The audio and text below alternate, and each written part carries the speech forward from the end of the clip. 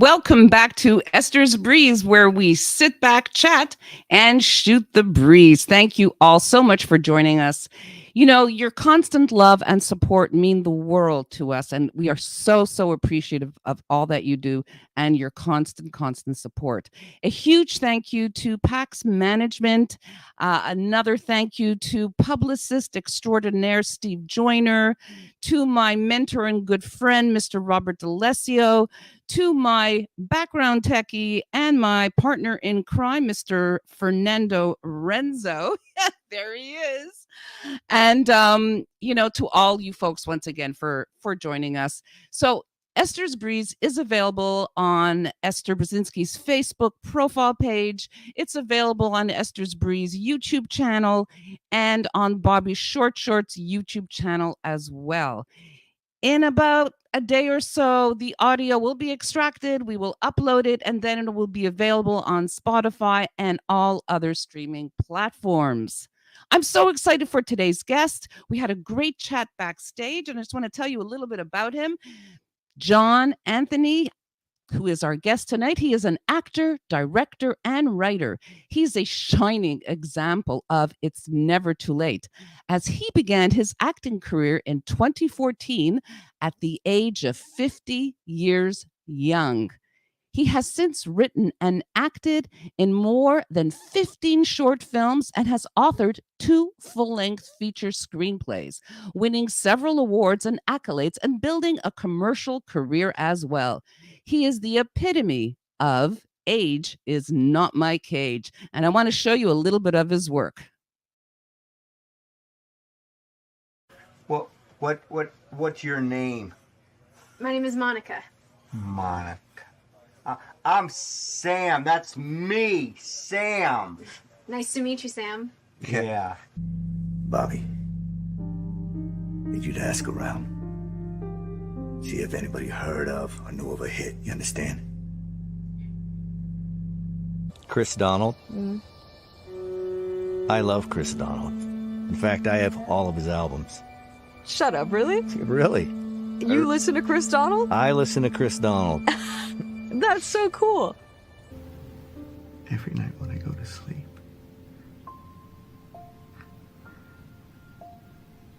I pray to God that I never wake up. I want it to be over. Let's bring him on. Hey, John, how are you? I'm fantastic. Thank you so much for having me. Absolutely my pleasure. So loved that demo reel, how you went from one character to another. So versatile. I was very impressed. Thank you. Like I said earlier, your story, you started in your early 50s. And like I said, you're an example of it's never too late. And that's what I talk about a lot on all my social media platforms, where my hashtag is age is not my cage. I'm very into positive aging. I'm curious, how did you get started? And tell us about your journey. Well, it was funny because prior to my acting, I was in a improv comedy group for about 4 years called Comedy Sportz. And they actually have, groups throughout the country, in chapters like you might have like a Houston, and they're throughout the US. And I'd done that for a while. And then, when I got married, I was, I'm a school teacher by day and I had my summers off, and, my wife works from home, and it was what, 8 years ago, cause I'm 58 now. So, I remember walking in, I got up one morning and she's like, "Hey honey, let's go to a movie. We can go to like 10:30, get the matinee price or whatever." And she looked right at me. She goes, "I'm working. You need to find something to do." And she was one too. She's like, "You always talked about taking an acting class. Why don't you go take an acting class?" And so I searched around the Dallas area and found one, and I was with them for quite a few years and met some great people. And then I had a friend of mine who was in my acting class, and she had went and audited another class, and she's like, "Hey, I want you to come to this class with me and audit it." And I walk in and I'm like, "Okay, I know this teacher from somewhere," and I'm thinking and so forth. And his name is Glenn Morshower, and he runs the Extra Mile workshop. And for those of you who don't know Glenn, if you saw his face, you'd know exactly who he Oh, is. yeah. He's been every general and every Transformers movie. He played Aaron Pierce on 24. He's been on The Residents. He's been on. Yes. He just finished up with on Ozarks. I mean, his resume speaks for itself. And went to his very first class, and I was blown away. Came home, my wife's like, "What'd you think?" I said, "I'm switching classes." Yeah. And ever since then, it was and the great thing what I loved about it, it wasn't so much just what was cool was that you're having someone from the acting world who's a working actor with just an incredible resume. I mean, he's worked with George Clooney and Arnold Yeah. Schwarzenegger and all these guys, and incredible actresses as well. And he not only teaches you about the business, he not only teaches about acting, but he relates that to everyday stuff. I mean, life in general.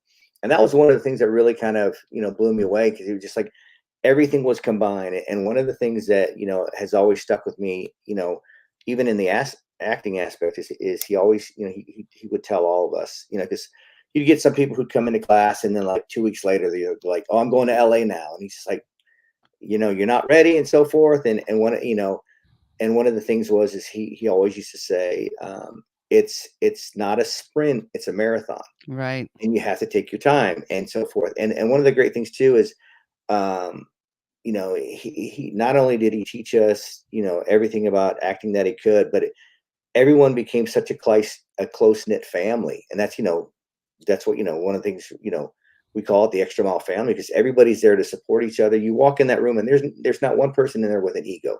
There's not one person there who thinks they're better than anybody else. And, I have learned so much from him,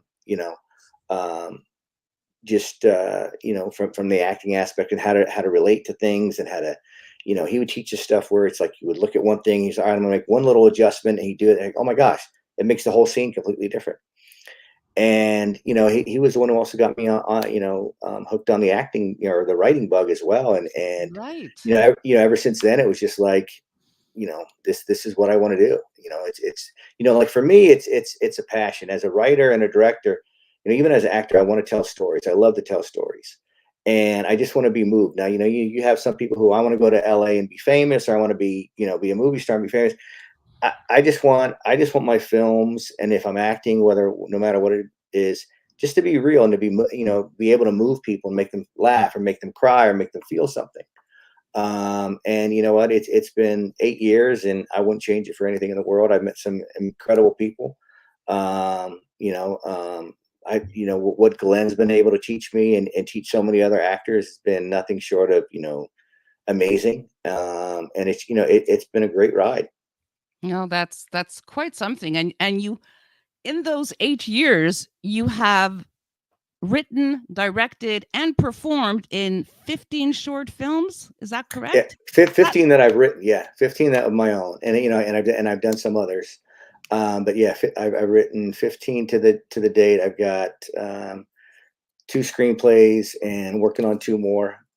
So yeah, it's just it's a process, and it's just it's a long process. But if it's something that you believe in and you feel strong about, don't ever let someone get in your way, or you're going to get knocked down. You just get yourself back up. And I know it's an old cliche, but it's like doesn't matter how many times you get knocked down, you pick yourself back up, you dust yourself off. Because even like with one of my very first screenplays, I had sent it out to a production company out in Los Angeles, and they're like, "Hey, send us your pitch." So I sent it to them.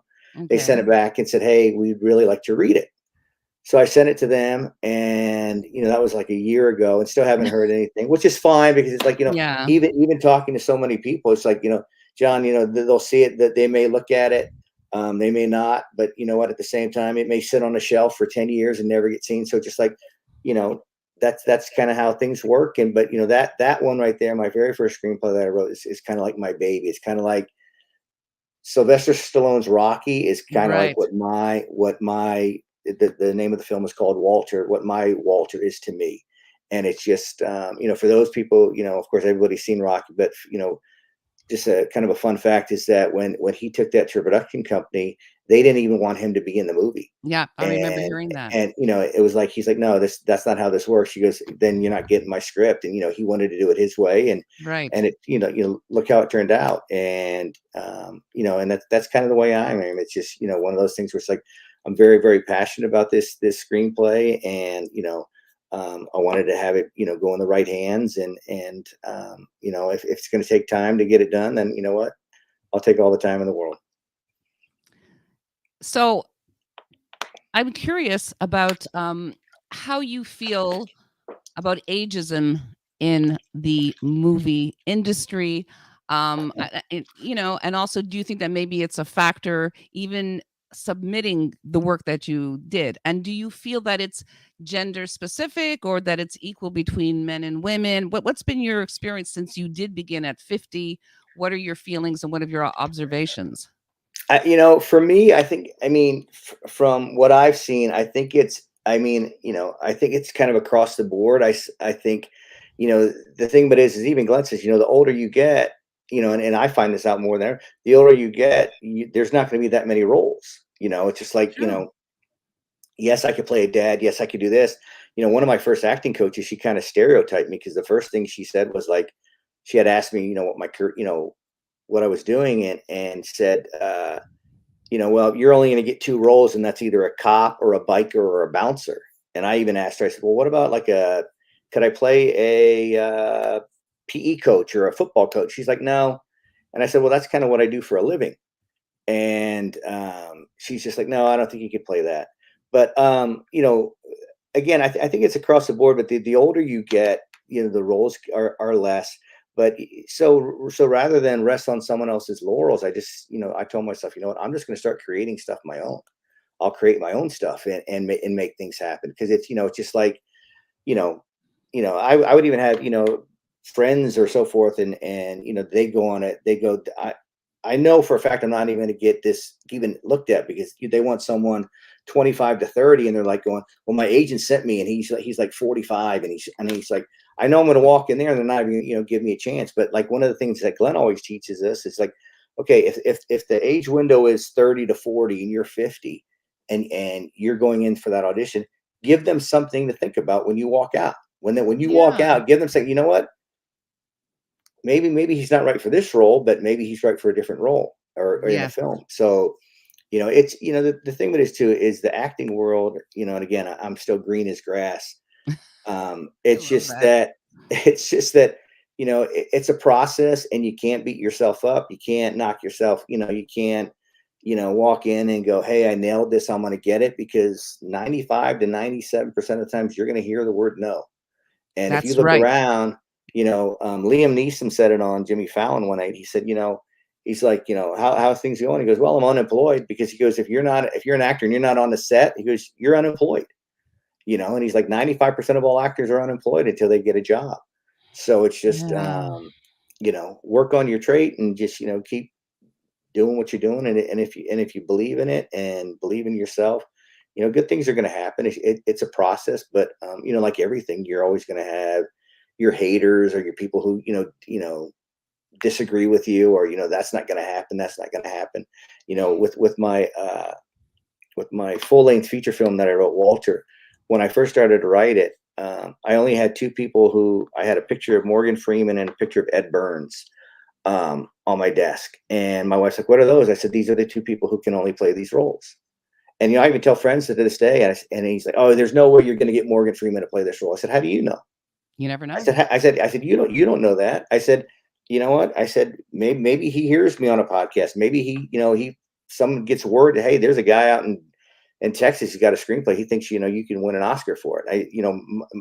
In my perfect world, my bucket list would be to say, the Academy Award for Best Actor goes to Morgan Freeman in Walter. I'd be like, oh, that's fantastic.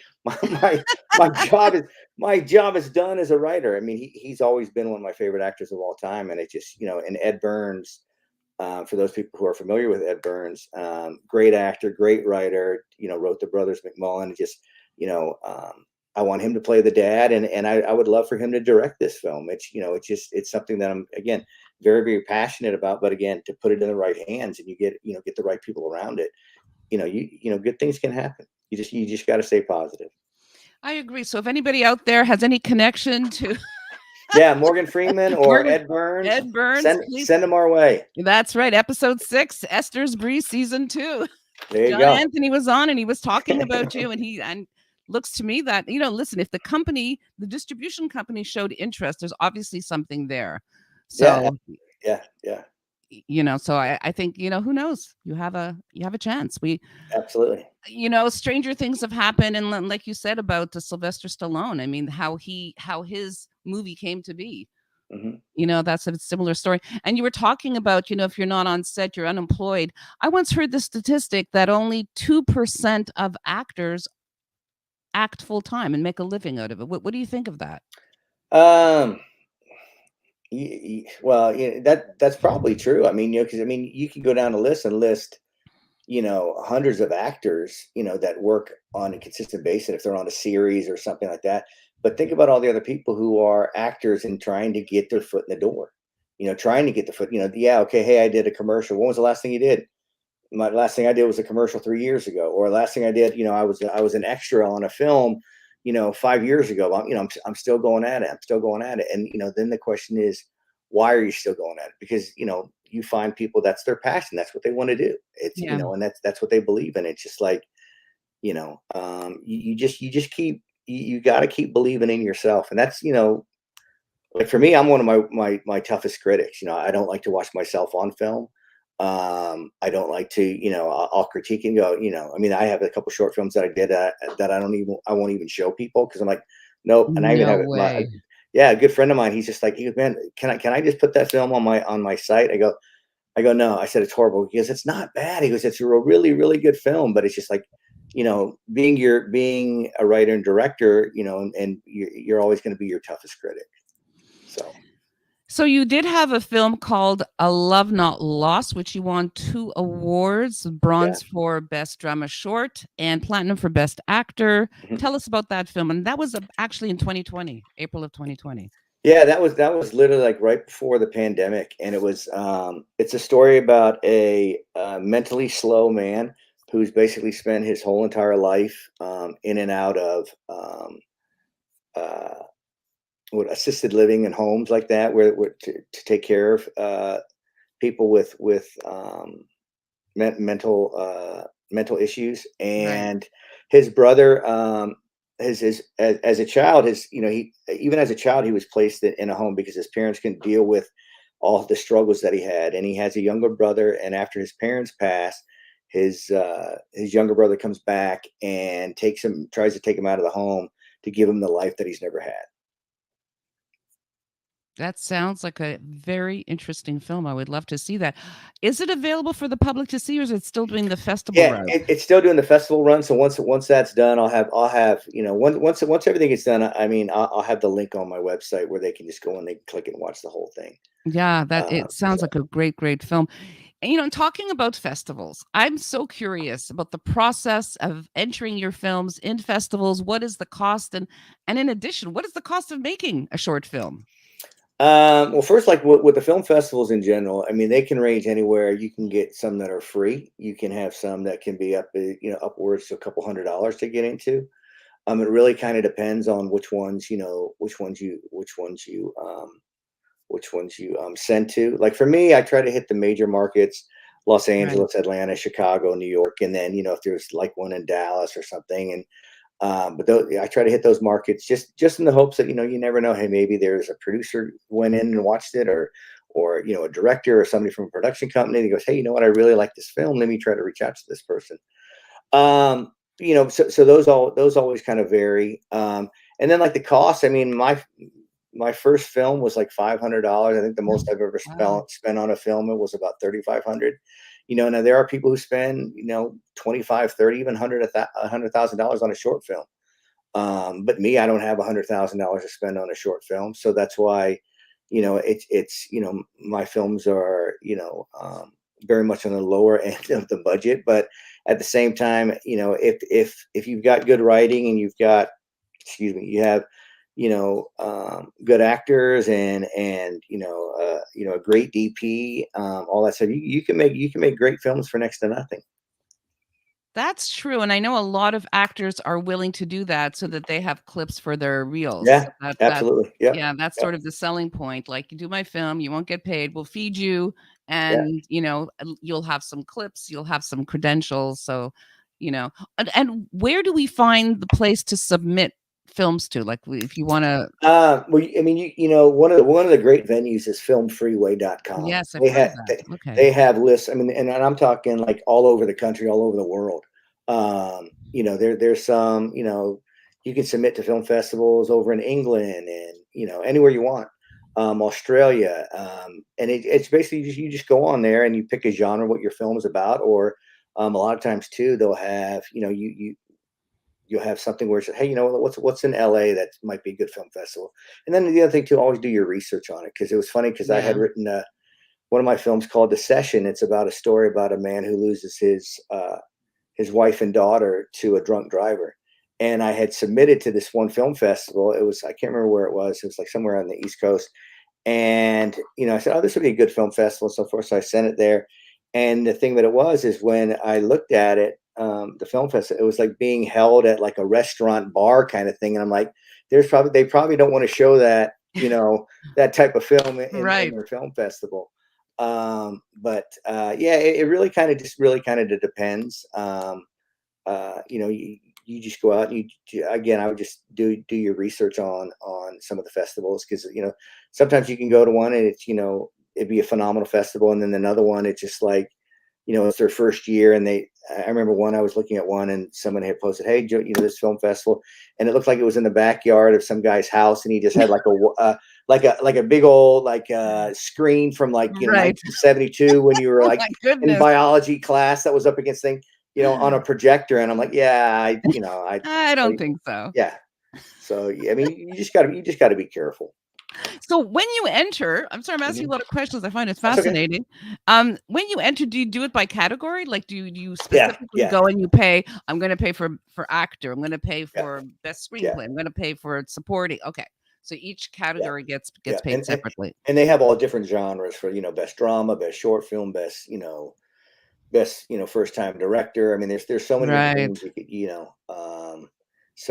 best comedy, best dark comedy. Yeah, there's so many categories, and you just click and you pay for that, and then fingers crossed that your film gets selected and gets seen. My thing too is I'm anytime you win, that's always like icing on the cake, but just to Right. be selected, for me that's kind of just it's like it's such a great honor because like, hey, they liked your film enough to put it in their festival. Yeah, that Which is huge. And I noticed yeah, that in a yeah, lot of films that people make that announcement that, that's selected for such and yeah, such festival, yeah. because I guess some festivals must get hundreds of Oh submissions, yeah, if not yeah, thousands, depending on how large the festival is. sure. So curious, are they in person yet, or are they still all online? A lot of them are still online. I know like that there are some that are starting to go in person. I had a friend of mine here in Dallas. He submitted to a film festival. His film actually won.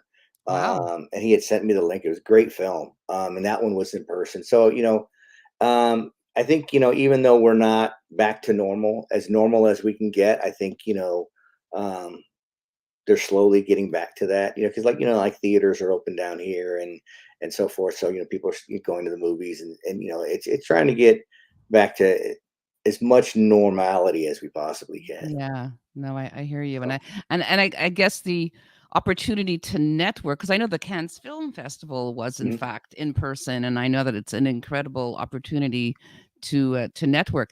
So looking over your films, I noticed that two of them have the same character. And I saw Yes. little clips. We were talking about it backstage, and I said, Sopranos? Yeah. They look, Huge, the storylines are amazing. huge David Chase fan. Right. Sopranos was one of my all-time favorite shows. Yeah, same Love here. James Gandolfini. Yeah. Just a phenomenal actor. It was just a tragic loss to the world, and just he was just a phenomenal actor. I agree. But yeah, it was funny when The Sopranos first came out and I started watching it. I always had to watch the show live. I would have friends, this is Yeah. like before I was married. They're like, "Hey, come on, we're gonna go have beers. We're gonna go, watch the game." I go, "Nope, Sopranos are on." They're like, "Tape it." I go, "Doesn't work that way. You got to watch it live." And like, "Just tape it." I'm like, "I'm not taping it." I feel the So same way you do. every Sunday at 9 o'clock, HBO was on it, and I'd Right. watch it. And it's funny because like my wife is now starting to watch them. But yeah, that's kind of like Rookies, and Rookies was the first one that I shot with this character by the name of Ralphie Stigliano, and that's a story about two young hitmen that go in to take out a rival mob boss at a diner. And then I loved his character so much. In a family matter, the story is it's really kind of based off of the Rookies thing. The gentleman who sent the two guys to take Ralphie out, he has this conflict with Ralphie and ends up having his daughter get killed. And so then Ralphie goes on the mend to try to find out who was responsible for his daughter's death, and then kind of goes on a vengeance tear and tries to get his redemption. Yeah. So, any thoughts of perhaps making it into a series or even a web series? Because I saw the 2 clips. Very interesting character. You played very well. Very believable. Thank you. Yeah. So, It's funny you say that because I actually have. It's actually I'm working. I'm 38, 40 pages in on a full length feature with that. oh, you're kidding. With the 2 stories combined and everything. And the reason why is because I love both stories so much, but it's just like when doing a full length feature, you can put more backstory, for these other characters. Exactly. Because the Rookies is 10 minutes, so you've got to jam everything in there in 10 minutes. So you don't really know the history of all these characters, but when you've got the ability to make it a full length feature, you can go back, give these guys backstories and how they got to be part of Ralphie's gang, and how everything took place and so forth. So yeah, a lot of the scripts that I've written for class are the ones that basically got turned into stories for either short films or feature films. That is so amazing. And you had no background in writing whatsoever. It Nope. just was a fluke that you were asked to perform a scene and you decided to write one as opposed Yeah, to finding one online. That's crazy. That just shows you what we're capable of. And absolutely. and that, age doesn't matter. I mean, this is something you discovered in your 50s, that you had the Yeah. ability to write, the ability to act, and you direct. How do you find directing? Um, I love it. It's just it can be challenging at times, but the people I surround myself, they're all extra milers. So it's just like, I've never really held an audition for anybody because it's just like if I'm Wow. writing a scene, and I'm in class, I'll be just like, "Hey, I'm writing a short film. I need someone to play this girl who's this, or I need this person to play a doctor. Would you be interested?" "Yeah, sure, I'll be in your film." And it was funny because like when we did Rookies and Family Matter, the same guys that are in it, it's just like, "Hey, I need you to play Paulie." "Okay, I'm Paulie." Now it's even like when we see each other, it's like if we talk or text, it's just like, "Hey, Paulie, what's up?" It's kind of, and it's like he still calls me Ralphie, so it's really kind of fun. But yeah, it's just I enjoy it. I think the toughest part is, and I've got a good friend of mine who's helping me work on this film we're shooting now, is that sometimes, actors, they'll give you you're giving them a script and they don't really delve into it too much. They Right. study their lines and so forth. And, a lot of times too, if you have a table read, the actors will come up with great questions, and then you've got to kind of delve into it, why you want it this way. Why does this have to Yeah. happen? Why does this have to happen? And like, okay, now I get it. Cause it gets more explained, because it's like, until they hear the backstory of it, they really don't know. But I mean, all aspects, directing, writing, acting, I love them all the same. It's so much fun. I think the toughest thing is, the best thing for me as a director is when you yell cut, that's a wrap, and then it goes to Yeah. production, and then they come back and all right, here's the film, let's take a look at it. And then you can see, you look at it and you make your edits and so forth. But it's been a blast. And like I said, the one we're finishing up here recently, it's been great. The cast has been absolutely phenomenal. They've knocked it out of the ballpark, and it's just really looking forward to it when it gets all wrapped and it goes to production and we start to really put everything together. So the one that you're working on now is called My Journey to Me. Do you want Yes. to tell us a little bit about it? No, we Sure. discussed it backstage. It's a fascinating subject. So my journey to me is about a girl in her mid 20s, 26, 27, who basically finally decides she wants to live the life that she's always wanted to live, and she wants to come out. And I had a friend of mine who had asked me, he's like, "Why are you writing a story about a girl who wants to come out?" And my first thing was, I said, why not? And I said, but most importantly, I said, it's a love story. Right. And for me, I did research on it, and what I mean is I have a friend of mine who is gay, and I reached out to him and I said, "Hey, I wrote this screenplay for a short film. I said, I want to take you to dinner. I want you to read it. I want you to go through it and tell me what you think." So he read it, and he read half of it, and then we stopped. We had dinner, we talked, and then he read some more. He read the rest of it, and I said, "Well, what do you think?" He goes, I think it's great. I think it's beautiful." He goes, there's some lines in here that I've heard, that I can't tell you how many times I've heard these lines that were said to me. And so, any time of, whether even if it's like, like Family Matter and Rookies, I always want to do some research to get it as real as possible. Because, sometimes, you see something and it's just like, oh, they would never do that in the real world. Or, you see a medical show or TV show. Oh, there's no way that guy's going to be walking around with a heart in his hand running down the hall with just, Right. what if he drops it or whatever, and so, I wanted to make sure, it was written right. It was done right. And he was so positive about it. And, one of the things that really, hit me is he goes, there's two things in here that really kind of hit home with me. Is one, he goes, "I cannot tell you how many times I heard when I was growing up and when I decided to come out was, is this just a phase?" And the thing that is, and I'm like going, oh my gosh, he's telling me that. I'm like going, he hasn't even read that part yet, in the script. And then the other thing too is, Oh. just to have, people be proud of who he was. And, that was my whole thing is, yes, it's about a girl who's coming out, but the most important thing is it's a story about love. And, like we talked prior to the show, everyone, whether you're straight, whether you're bi, whether you're transgender, it doesn't make a difference. Everyone should be able to feel love and Yeah. and be able to be in love and experience love, because it's the greatest thing in the world to know that you can come home, or that you can call someone and they know that they're going to be there for you, and to have that and have that support system, and always having somebody there. It's like the greatest feeling. And like I said, it doesn't matter what your gender is. Everyone should be able to have that. And that was a thing where I think once I told him that, he kind of looked at it and goes, I get it. I said, yeah. I said, the story of her coming out is a portion of it, but again, it's about a love story, and on top of that, her living her life the way that she wants to live it. What inspired you to write that story about that subject? You know what? Here's how my brain works, and it's Okay. it's really All right, kind I'm of, ready. I know I don't have any I don't have any answers for you on that, because it's just like Okay. I listen like if you were to look at my music library, you would Okay. find probably, and I love all music. I mean, from early 50s, 40s, jazz music, everything, blues music. I have a ton of soundtracks, and I listen to a lot of soundtracks when I write, because it's just a melody. There's not no one singing, and it gives me time to think.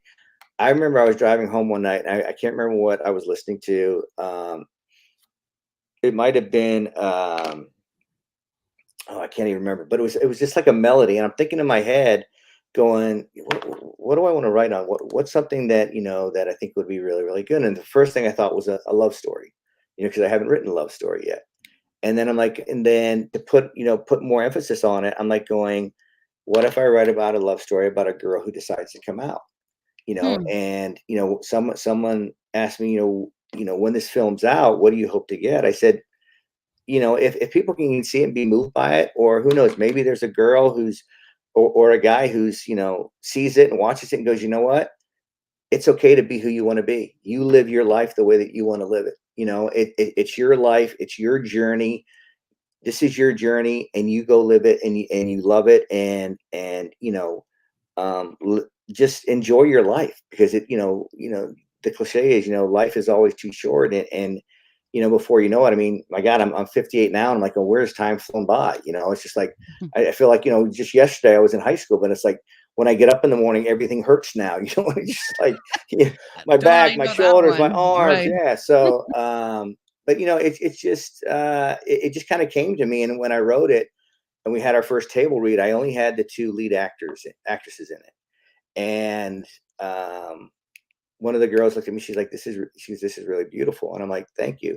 And then when I brought the entire cast and we had a second table read, and I said, look, give me your honest opinion. If, because, if you think it's no good, I said, I'll do rewrites, or, just give me your take, and, knock on wood. Everyone thought it was a beautiful story, and, hopefully we can convey that through our film, and just let everybody know, live your life, and just be happy, and, the ability to fall in love, and all that stuff it's just a great thing. I agree. And it's such a relevant rather subject. And it's a story that needs to be told.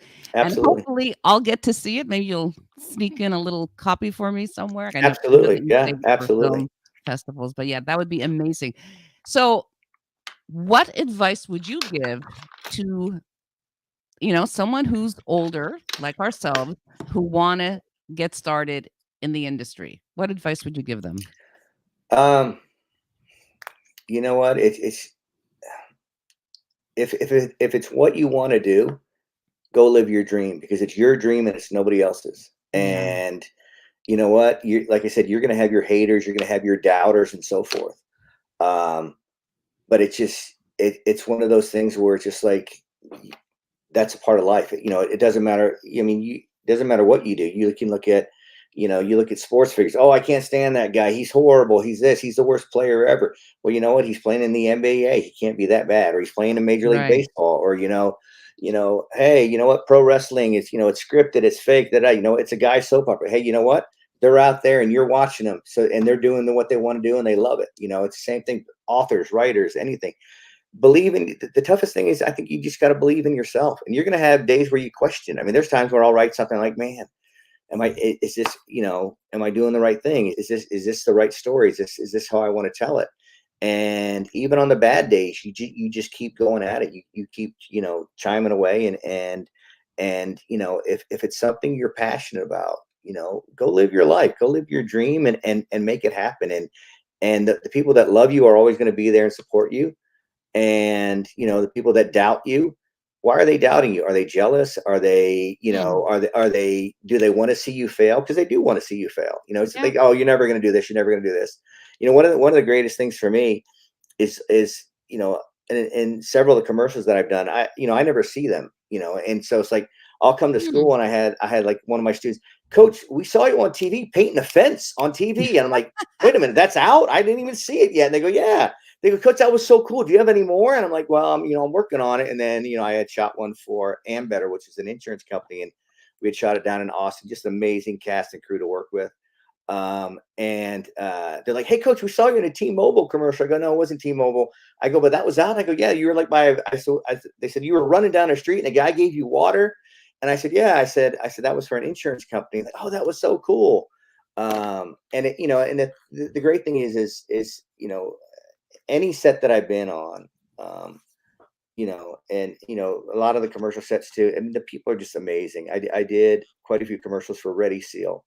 Mhm. And it's just, I mean, the casting, the crew there was just phenomenal. And, you do networking, and, I met so many great people, and the director who was there, we become really good friends. And it was so much fun to shoot.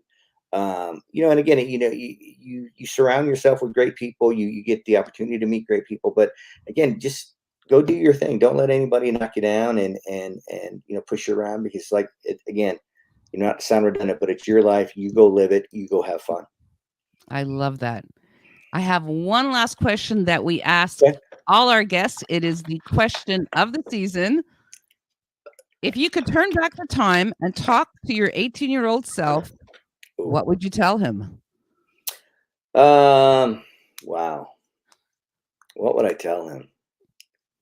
Man, there'd be a lot I would tell him. I Um, you know what? I think, because back then it was, I was very, very, you know, I lacked a lot of confidence, and I still lack confidence. It's just one of those things where it's like, as you grow older, you learn to really appreciate what's important.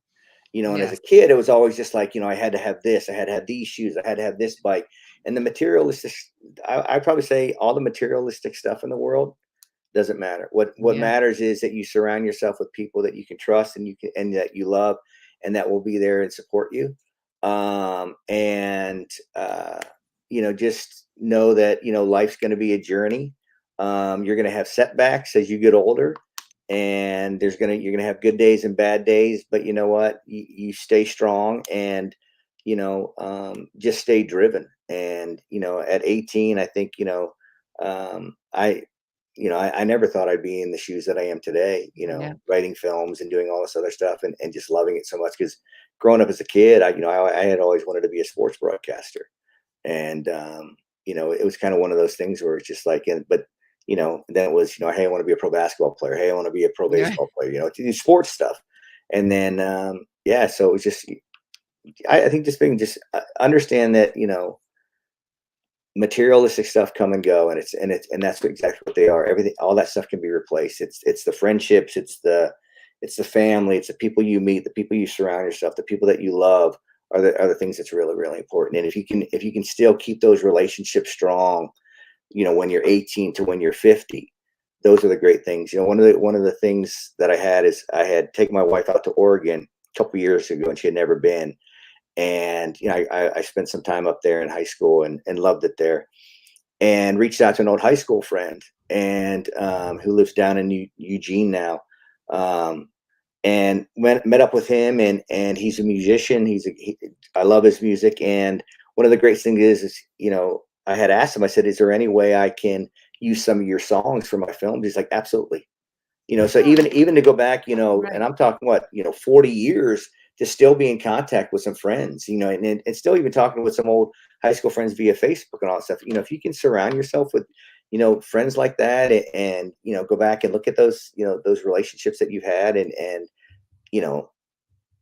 I'd be the first one. I miss those guys. I miss, because as you get older, a lot of times people distance themselves, and that's one of the great things of always staying in touch and surround yourself with great people.